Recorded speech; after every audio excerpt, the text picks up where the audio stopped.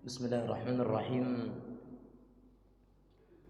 Assalamualaikum warahmatullahi wabarakatuh.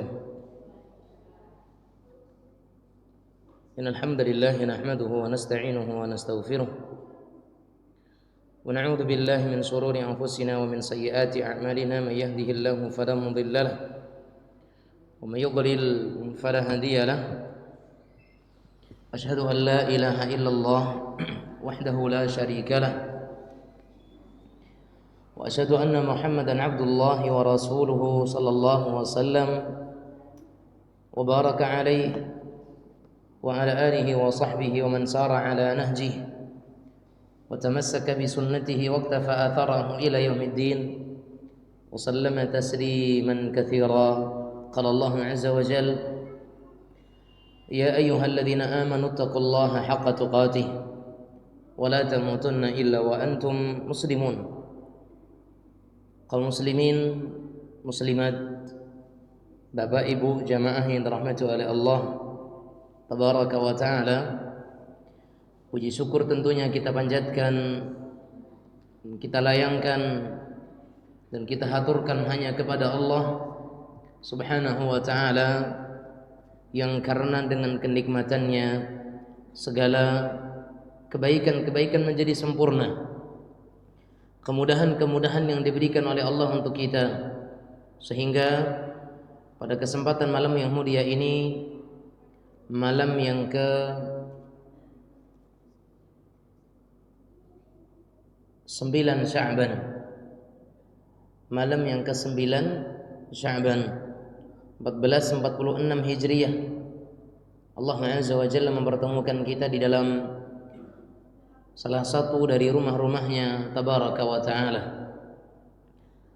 Bulan Sya'ban, bulan yang disebutkan oleh Nabi Muhammad sallallahu alaihi wasallam sebagai bulan banyaknya orang-orang yang lalai, dan Nabi Muhammad sallallahu alaihi wasallam memperbanyak puasa sunnah di bulan ini sebagai bentuk persiapan, pemanasan menjelang perjumpaan seorang muslim dengan Ramadan. Sebagaimana Al-Imam Ibn Rajab Al-Hambali rahimahullah, beliau menyebutkan di salah satu perkataan beliau rahimahullah, sebagaimana yang beliau tuliskan di dalam Lataiful Ma'arif, bahwasanya beliau alaihi rahmatullah menyatakan, walamma kana Sya'ban كالمقدمة لرمضان شرع فيه ما يشرع في رمضان من صيام وقيام وقراءة القرآن. Kata beliau rahimahullah, oleh karena Sya'ban itu seperti muqaddimahnya Ramadan, maka disyariatkan di bulan Sya'ban ini apa-apa yang disyariatkan di bulan Ramadan, sehingga mudah bagi kita untuk beramal di bulan Ramadan. Salatnya, puasanya, sedekahnya, tilawatul Qur'annya diperbanyak di bulan Sya'ban agar kita mendapatkan kemudahan ketika kita bertemu dengan bulan Ramadan. Kaum muslimin muslimat yang dirahmati oleh Allah Azza wa Jalla, selanjutnya kita bersalawat kepada Nabi yang kita cintai, Rasul yang kita muliakan, Muhammad sallallahu alaihi wasallam. Semoga salawat dan salam terlimpah tercurah kepada keluarga beliau, kepada sahabat-sahabat beliau, juga kepada setiap manusia yang mereka istiqamah di dalam mengikuti dan menetapi tuntunan dan syariat beliau sallallahu alaihi wa ala alihi wa sahbihi wasallam. Kaum muslimat, para ummahat sekalian yang dirahmati oleh Allah Tabaraka wa Ta'ala, di kesempatan malam yang mulia ini insyaallah taala kita akan melanjutkan atau kita akan kembali membahas salah satu dari pembahasan yang penting untuk kita ketahui bersama, yaitu pembahasan tentang sebab-sebab rusaknya hati, ya, sebab-sebab rusaknya hati. Kaum muslimin muslimat yang dirahmati oleh Allah Azza wa Jalla, sebagaimana kita ketahui dan kita sadari, yang menjadi titik penilaian Allah Azza wa Jalla kepada seseorang itu adalah perkara hatinya. Yang menjadi titik ya penilaian Allah Azza wa Jalla kepada seseorang adalah tentang hatinya. Sebagaimana Allah Azza wa Jalla sebutkan dalam firman-Nya, ingatlah hari di mana di hari tersebut tidak berguna lagi anak dan harta, kecuali orang-orang yang mereka datang kepada Allah dengan hati yang selamat. Ini menunjukkan bahwasanya hatilah yang menjadi titik berat dari penilaian Allah Azza wa Jalla tentang atau terhadap seorang hamba. Dan ketika Nabi Muhammad SAW menyebutkan tentang ketakwaan, maka Rasulullah SAW menyatakan apa? At-taqwa hahuna. Ketakwaan itu di sini. Di mana? Di hati. Menunjukkan hati itu penting, hati itu berat, dan hati itu besar nilainya. Hati itu agung di sisi Allah Subhanahu wa taala, sampai kadar ketakwaan kata Rasul sallallahu alaihi wasallam beliau tunjuk di sini, di hatinya.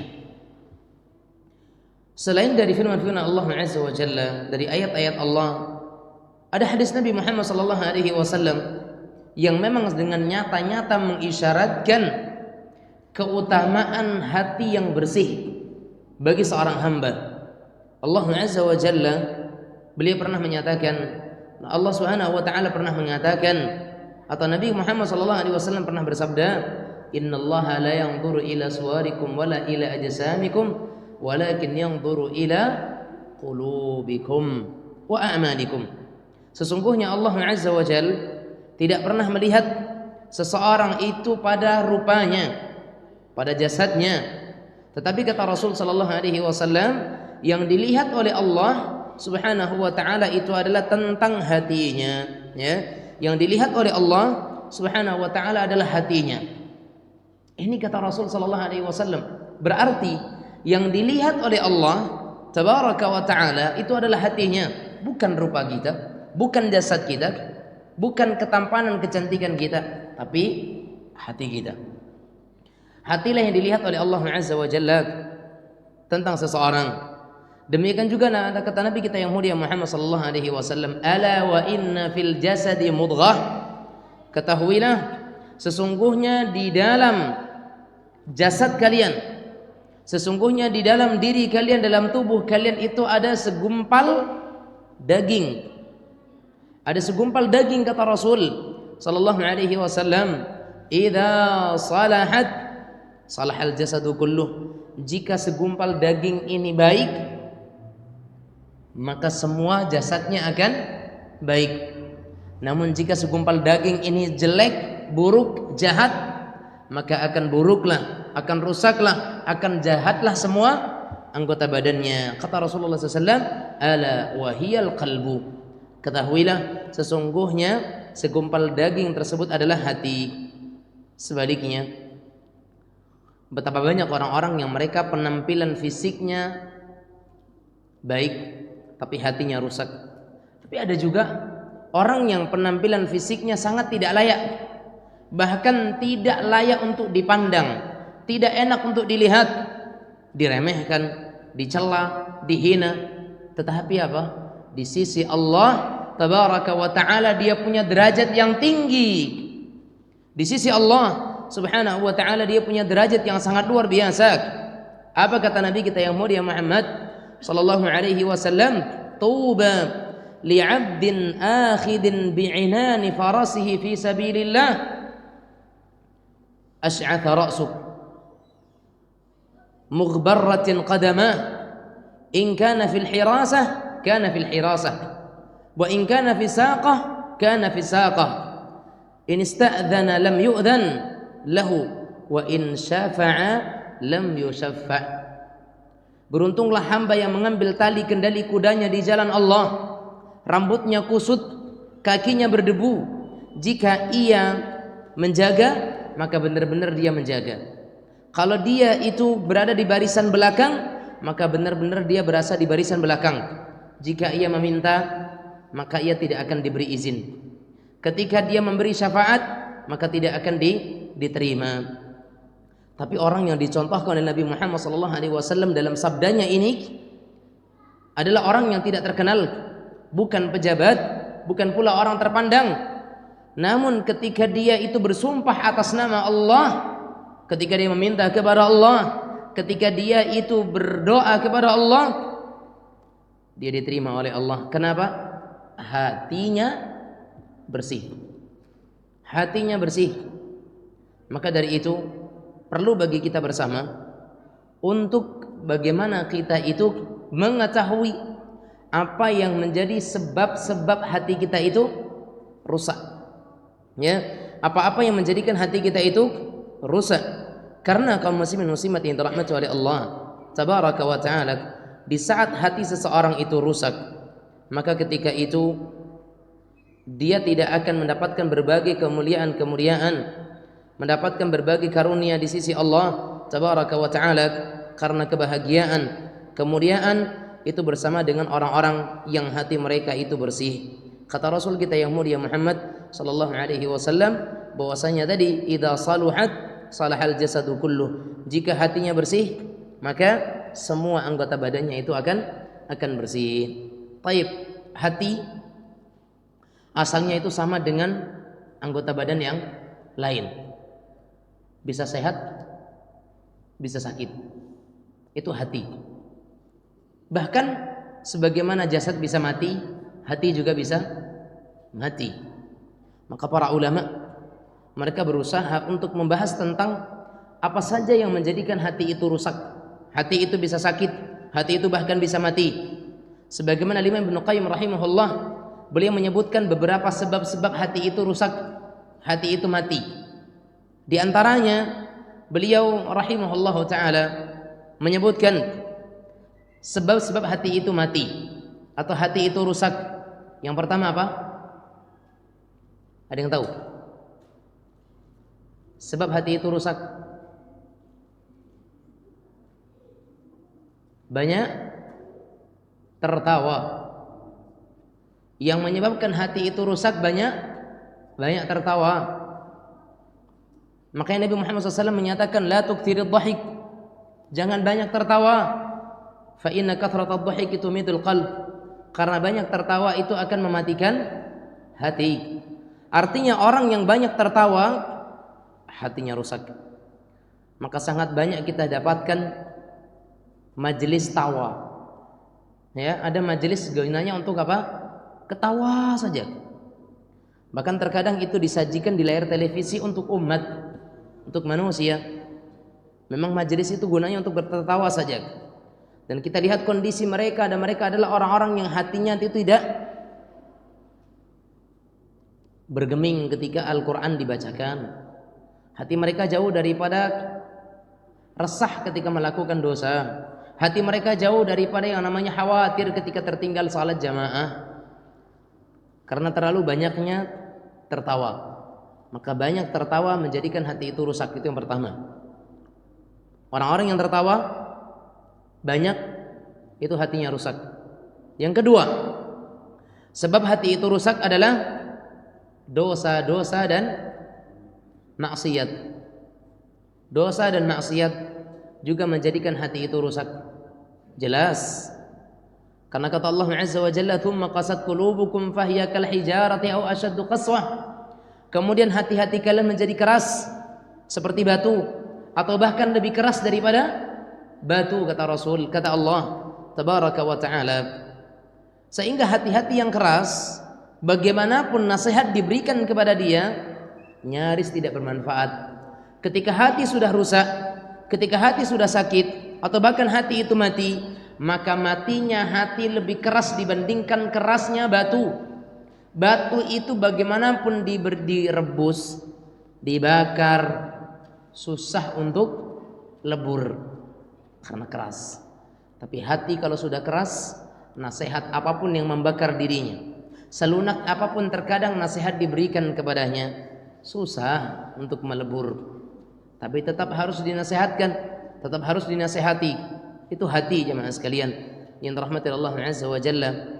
Dan memang hati itu akan hitam, hati akan kelam, hati akan rusak ketika dipenuhi dengan dosa maksiat. Karena Nabi kita Muhammad SAW menyebutkan seorang muslim ketika dia berdosa, maka akan dicatat satu bintik hitam di dalam hatinya. Jelas ya. Kemudian yang ketiga, sedikit kita ringkas saja. Yang ketiga, sebab hati itu rusak. Pertanyaannya, kenapa kita bahas yang menyebabkan hati itu rusak? Karena kita sudah memasuki Ramadan. Dan di bulan Ramadan kita perlu mendapatkan hati yang bersih. Sehingga ketika masuk Ramadan, mudah bagi kita untuk beramal. Mudah bagi kita untuk melakukan ketaatan. Karena tidaklah seseorang itu berat melakukan kebaikan, melakukan ketaatan, melakukan amal saleh, kecuali karena apa? Hatinya rusak. Tidaklah seseorang berat dalam melakukan kebaikan kecuali karena hatinya sakit. Tidaklah seseorang itu berat dalam melakukan berbagai nilai-nilai amal saleh kecuali karena hatinya bisa jadi telah mati. Makanya perlunya kita belajar apa saja yang menjadikan hati kita itu rusak sehingga bisa kita jauhi. Berarti kalau perusak-perusak hati sudah terjauhkan dari kita, yang ada hati kita akan selamat, hati kita akan sehat. Tayyib. Yang pertama tadi banyak tertawa. Yang kedua, dosa dan maksiat. Yang ketiga, hidup bermewah-mewah, bukan secukupnya, tapi bermewah-mewah. Ini juga bisa merusak hati. Apa yang dibeli orang, kita harus beli. Apa yang ada di rumah orang, harus ada pula di rumah kita. Apa yang baru dinikmati orang, kita pun harus menikmatinya. Orang pernah ke sana, kita harus ke sana. Orang pernah ke situ, kita pun harus ke situ. Ini hidup yang dipaksakan. Hati rusak. Hidup bermewah-mewahan, hati rusak. Syekh Muhammad bin Shalih Al-Munajjid ketika dalam bukunya Mufsidatul Qulub menyebutkan bahwa di antara perusak-perusak hati itu adalah hidup bermewah-mewahan. Ya, sebagian saudara kita lihat mereka merantau, mengadu nasib ke kota-kota besar. Niatnya mereka datang untuk hidup sederhana, namun karena pengaruh lingkungan akhirnya apa yang terjadi? Apa yang terjadi? Akhirnya mereka terjatuh dalam sikap berlebih-lebihan. Kenapa hidup bermewah-mewahan itu merusak hati? Karena orang yang orientasinya mengedepankan penampilan akan lupa untuk memperbaiki hati, sehingga hatinya dia biarkan karena dia fokus kepada penampilannya, maka rusaklah hatinya. Hati sangat sulit dikontrol, apalagi di zaman sekarang ini. Tidak mudah bagi seseorang untuk mengeklaim dirinya itu hidup dalam hati yang bersih. Tidak ada yang bisa memastikan bahwasanya dia hidup dalam kondisi zuhud. Di zaman kita ini susah. Oleh karena itu Nabi kita Muhammad SAW itu melarang kita untuk bermewah-mewahan. Yanhana an kathrati minal irfah, an kathiri minal irfah. Nabi Muhammad SAW melarang kita untuk hidup bermewah-mewah. Dan ternyata orang-orang bertanya, ya, orang yang bertanya kepada Nabi Muhammad SAW datang tanpa menggunakan alas kaki. Ketika ditanya mengapa ia melakukan hal tersebut, dia menyatakan apa?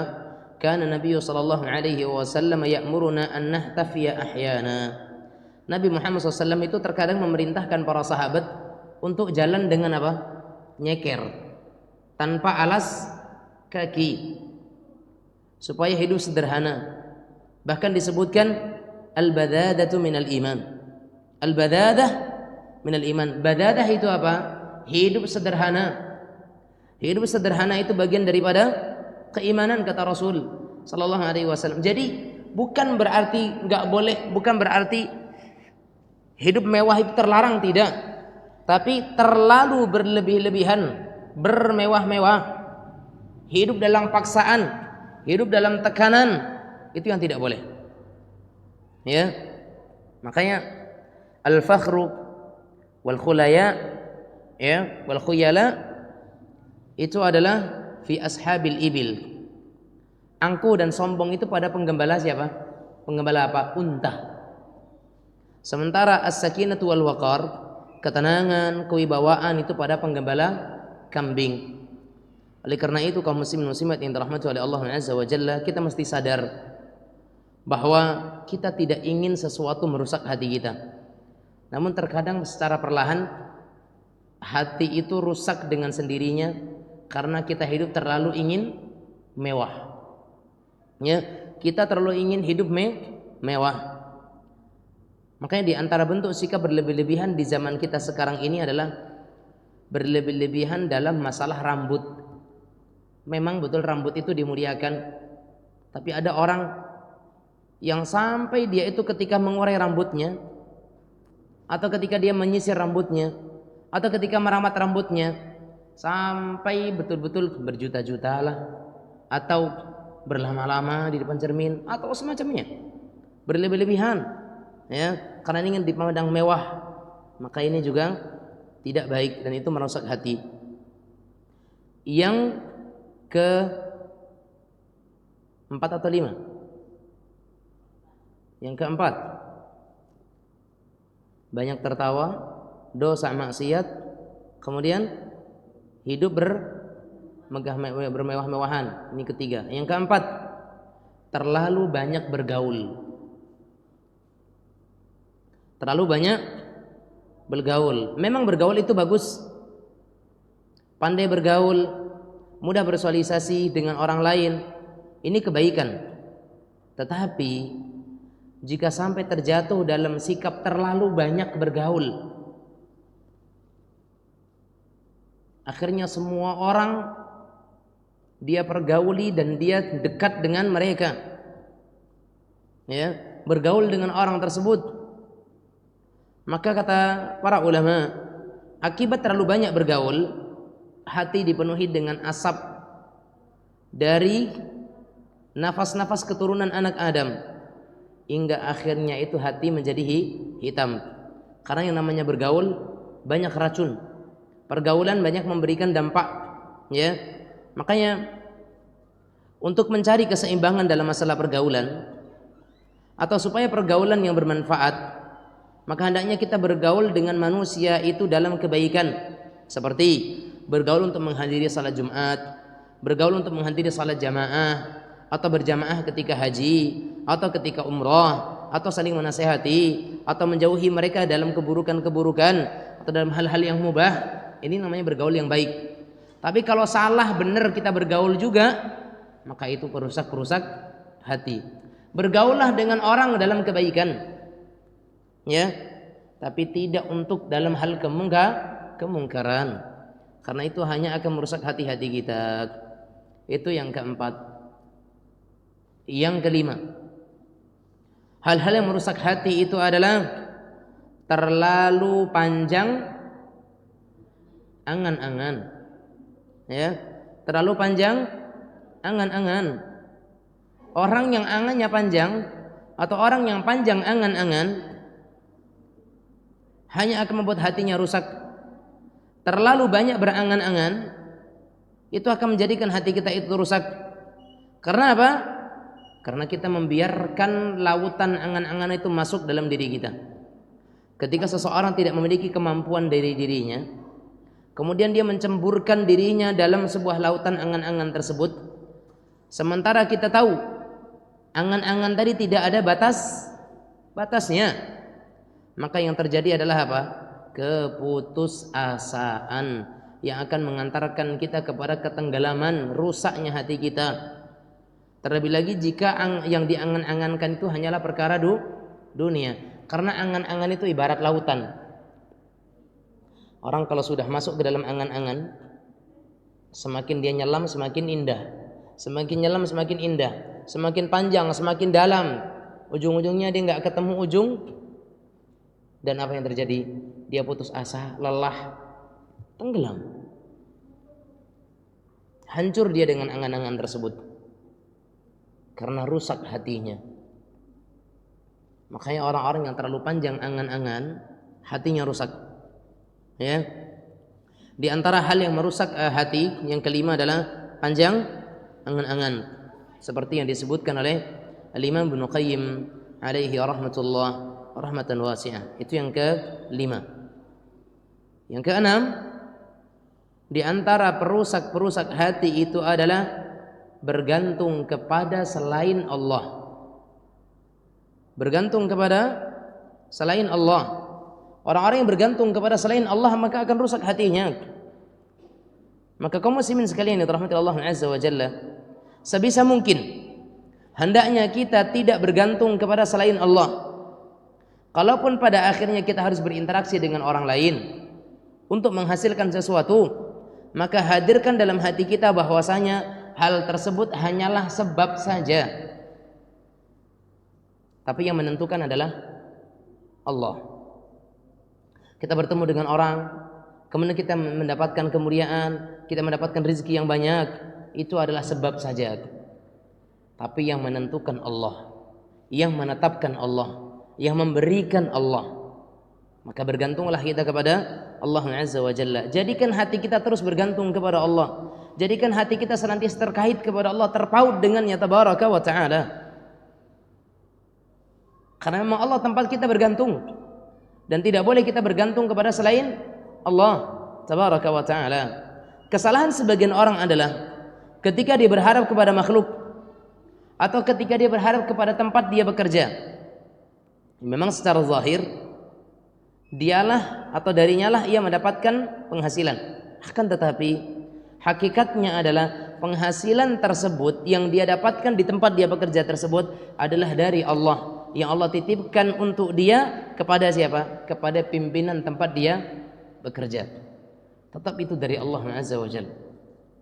Ya, tetap itu dari Allah Azza wa Jalla. Dan barang siapa yang menggantungkan hatinya kepada Allah, maka dia akan ditinggalkan oleh Allah, maka dia akan ditinggalkan oleh Allah.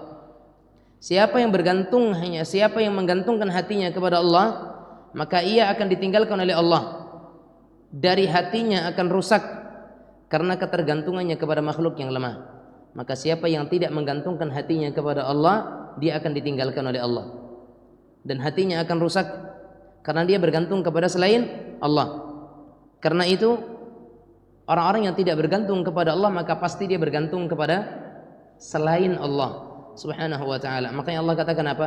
La taj'al ma'allahi ilahan akhar fatulqa fi fataq'uda madhmuman madhura makhdula. Maka janganlah kalian mengadakan atau kamu adakan Tuhan yang lain selain Allah agar kamu tidak tercela dan tidak ditinggalkan oleh Allah. La taj'al ma'allahi ilahan akhar fataq'uda madhmuman makhdula. Siapa yang menjadikan adanya tandingan bagi Allah, dia akan dalam kondisi tercela dan ditinggalkan oleh Allah tabaraka wa ta'ala. Itu yang keenam, sebab hati rusak. Yang ketujuh,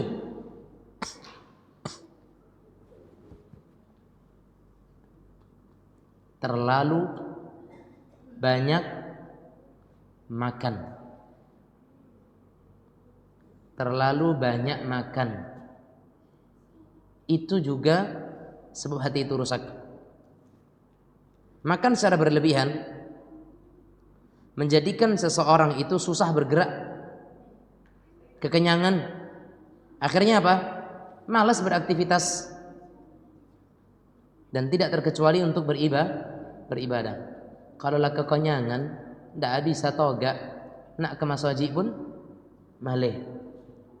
Nyomato pun lah kan tua. Itulah banyak makan itu tidak diizinkan. Ya, makanan di sini mencakup makanan yang halal ataupun yang haram. Karena yang halal pun nggak boleh berlebihan. Kalau yang haram sedikit pun nggak boleh. Kalau yang halal nggak boleh berlebihan. Kalau yang haram nyicip pun tidak boleh. Makanya tidak boleh terlalu banyak makan yang halal, apalagi makan yang haram. Maka lihat Ibnu Qayyim rahimahullahu taala menyatakan apa?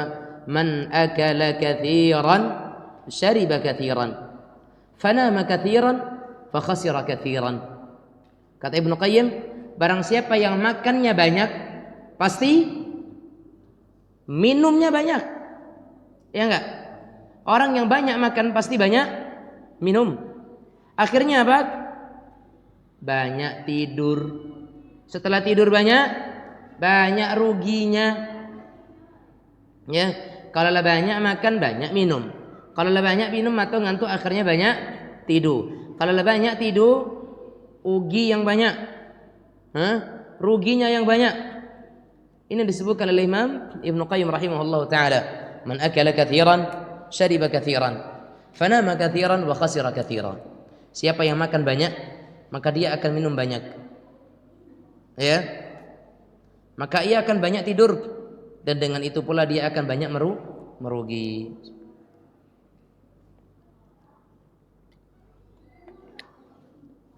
Kemudian kaum muslimat yang dirahmati Allah azza wa jalla, yang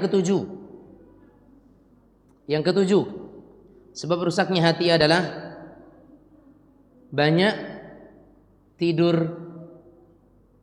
Kalau tadi banyak makan, ini banyak tidur. Kata Ibnu Qayyim rahimahullahu taala, beliau menyatakan, "Kathratun naumi fa innahu yumitul qalb wa yathqul badan wa yuthkirul badan wa yudayyi'ul waqt wa yurithu kathratal ghaflati wal kasal." Banyak tidur sesungguhnya membuat hati itu mati, badan menjadi berat, membuang-buang waktu dan menimbulkan kelalaian serta kemalasan. Coba berapa banyak keburukan ketika orang itu banyak tidur.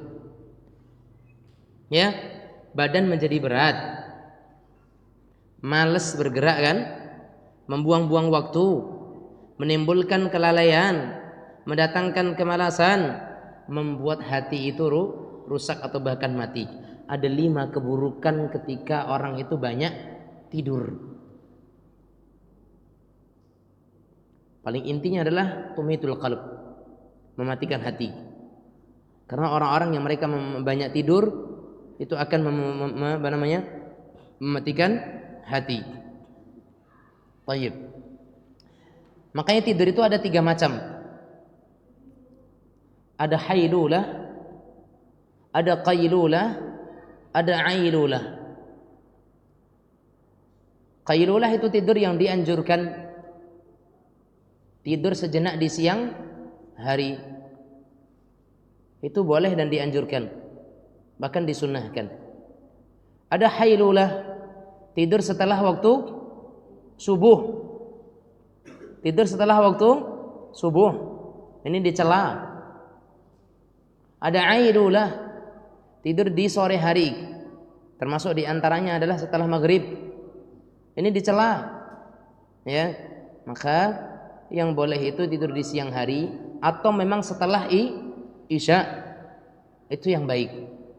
Ya, di tengah hari, tengah itu bisa berarti sebelum zuhur, bisa juga setelah zuhur, di siang, dan setelah ketika selesai daripada salat isya. Ya, makanya kaum muslim muslimat yang dirahmati Allah azza wa jalla, kita harusnya menyadari bahwa kita itu lebih butuh tidur yang berkualitas daripada yang berkuantitas. Lah mololok tapi membek ngantuk percuma. Ya enggak? Nyolah mololok tapi masih ngantuk. Lebih baik lagi tidur yang berkualitas. Biarlah 2 jam tapi seger, bugar, daripada 8 jam ujung-ujungnya lemas, ngantuk. Ya. Lihat bagaimana tidurnya Rasulullah sallallahu alaihi wasallam. Kata Nabi Muhammad SAW, ya, ahabbus salati ila Allah salatu Dawud alaihi salam, wa ahabbus siyami ila Allah siyamu Dawud, wa kana yanamu nisfal lail wa yakumu thuluthah wa yanamu sudusah wa yasumu yawma wa yuftiru yawma. Salat yang paling dicintai oleh Allah adalah salatnya Nabi Dawud, dan puasa yang paling dicintai oleh Allah adalah puasanya Nabi Dawud. Dan Nabi Dawud itu tidur hingga pertengahan malam, lalu salat di sepertiganya, kemudian tidur kembali di 1/6 akhirnya. Dan Nabi Dawud alaihi salam sehari berbuka dan sehari berpuasa. Itu Nabi Dawud. Beliau tahajudnya kapan? Tahajudnya Nabi Dawud itu adalah ketika lewat tengah malam, beliau bangun, salat, kemudian istirahat lagi. Itu beliau. Jadi bukan di akhir, tapi setelah salat tahajud masih ada waktu istirahat. Jam 2 bangun, salat, jam 3 tidur. Jam 1 bangun, istirahat, jam 2 tidur lagi. Berarti dia bangun tapi masih ada kesempatan untuk tidur, sehingga di waktu subuh dia tidak ngantuk lagi. Tapi kalau orang bangunnya mepet subuh, kemudian dia salat, maka ujung-ujungnya apa? Ngantuk biasanya setelah subuh. Itu yang ketujuh. Yang kedelapan,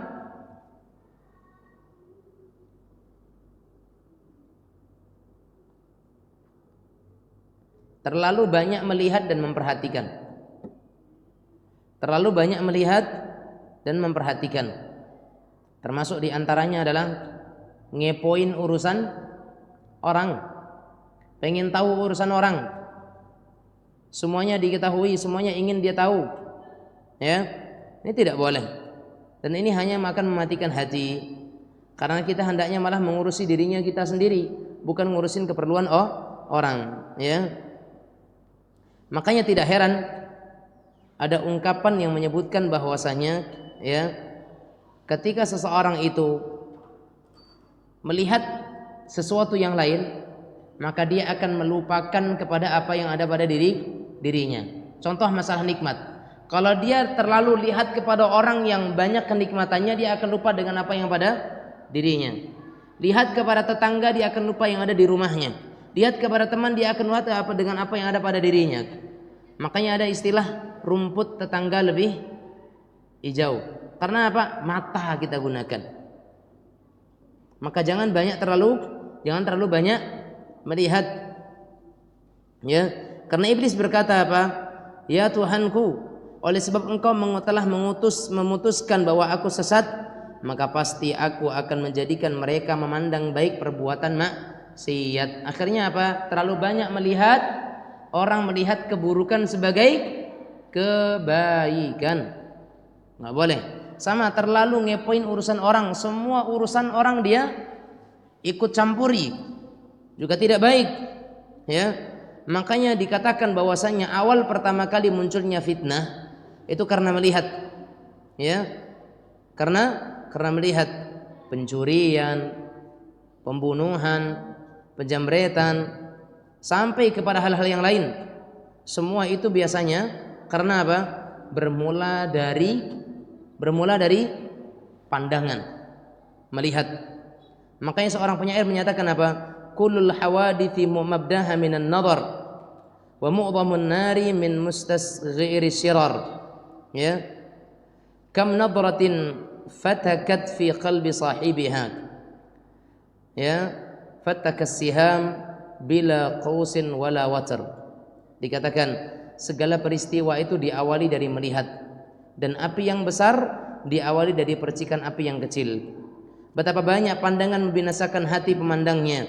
Ia seperti anak panah yang menancap di hati tanpa ada busur dan tidak ada talinya. Itulah pandangan. Makanya dikatakan oleh Imam Ibnu Qayyim rahimahullahu taala, ya ramiyan bisiha mil lahdhi mujtahidak antal qatil bima tarmi fala tusib. Wahai orang yang melemparkan pandangannya kepada yang haram, sesungguhnya engkaulah yang terbunuh oleh apa yang engkau tembakkan dari pandanganmu, maka jangan lepaskan pandanganmu. Hati-hatilah dengan mata, ya. Maka oleh karena itu jemaah sekalian yang dirahmati Allah Azza wa Jalla, hendaknya kita tidak memperbanyak pandangan, karena itu juga akan mematikan hati-hati kita. Kita dengarkan adzan Isya terlebih dahulu. Wassallallahu wasallam ala nabiyina Muhammad wa ala alihi wa sahbihi wasallam. Nah.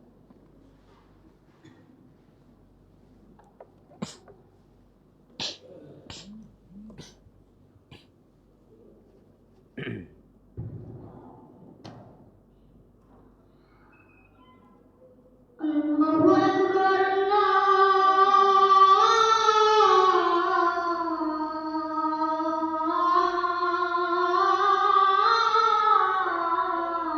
Allahu Akbar.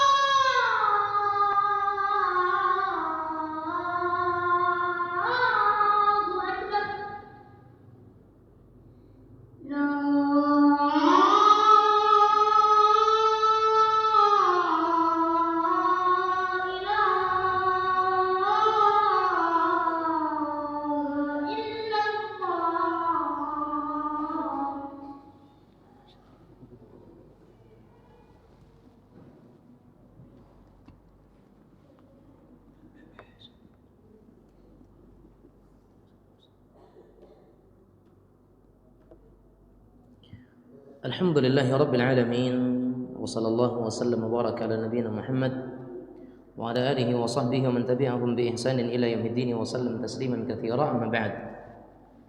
Kemudian sebab yang kedelapan dari sebab-sebab yang merusak hati seseorang itu adalah banyak berbicara. Ya, banyak berbicara. Orang yang banyak berbicara dia akan rusak hatinya. Sebagaimana telah kita sebutkan bahwa di antara selamatnya hati itu adalah dengan tidak banyak berbicara. Berarti banyak berbicara merusak hati. Karena salamatul insan fi hifdzil lisan. Selamatnya seseorang itu di dalam menjaga lisannya. Dan bahkan salah satu nutrisi bagi hati itu adalah mulut atau lisan. Sehingga jangan sampai kita masukkan ke dalam hati kita itu sesuatu yang jelek-jelek karena ucapan kita. Hati itu ibarat wadah. Hati itu ibarat wadah. Mulut itu atau lisan itu pengisinya. Jadi apapun yang kita masukkan, apapun yang kita ucapkan, itulah yang masuk ke dalam hati. Toplesnya sama, tapi isi berbeda. Sama enggak harganya? Toplesnya sama, isinya berbeda. Sama enggak harganya?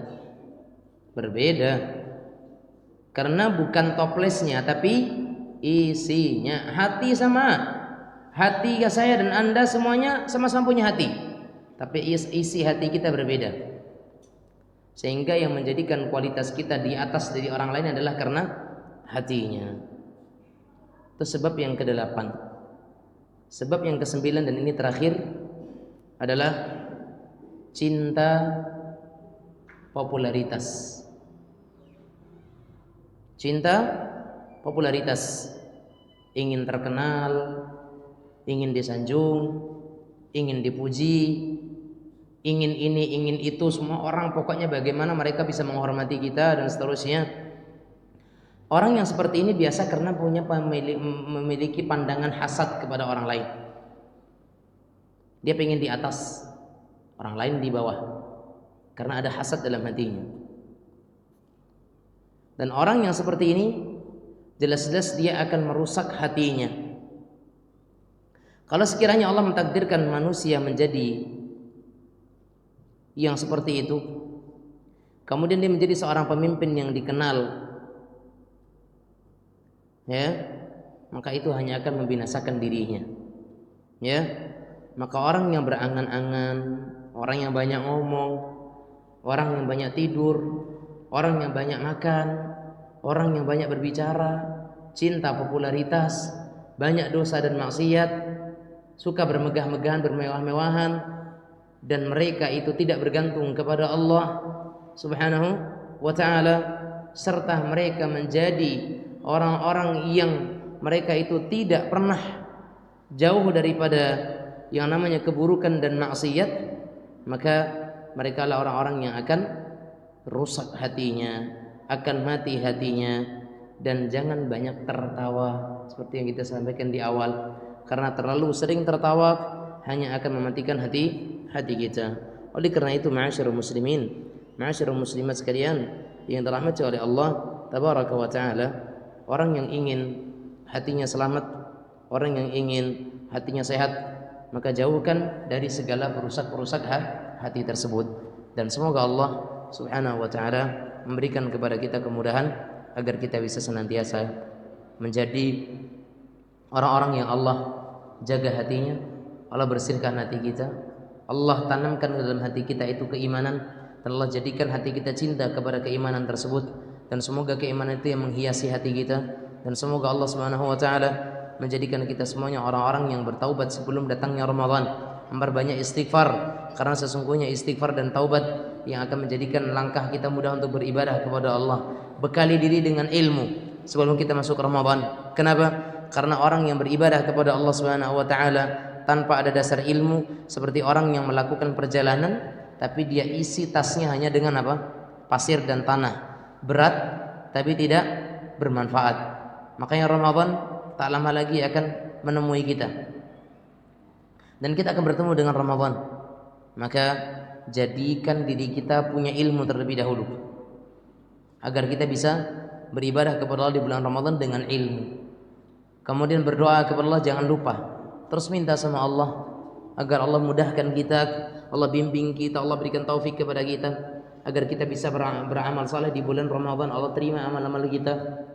Kemudian berdoa kepada Allah Azza wa Jalla agar Allah Subhanahu wa taala jadikan kita tenang di bulan Ramadan, Allah pertemukan kita dengan Lailatul Qadar, dan Allah Subhanahu wa taala tidak sibukkan kita dengan dunia sehingga melalaikan kita akhirat. Namun semoga Allah Subhanahu wa taala sibukkan kita dengan akhirat sehingga dunia pun akan ikut serta bersamanya.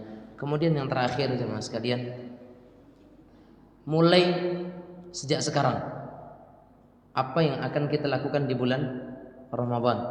Karena tadi di awal kita sebutkan Sya'ban ini adalah muqaddimah Ramadan, ya, pembukaan sebelum kita masuk di bulan Ramadan.